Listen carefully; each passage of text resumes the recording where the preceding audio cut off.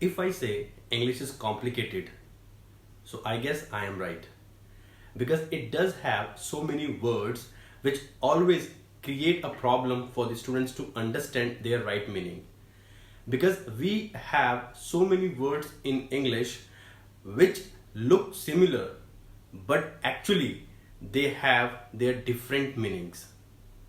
In this video, I am going to let you know a difference between a lot of and lots of. So watch this video with me, Jassi. And if you are new on this channel, don't forget to subscribe our channel. Give this video a thumbs up if you like this video. Welcome to our channel Goodluck Institute. Subscribe our channel and hit the bell icon for new English video updates. A lot of, lots of, दोनों का मतलब बहुत ज़्यादा या काफ़ी होता है. जैसे बहुत सारे लोग यहाँ आते हैं.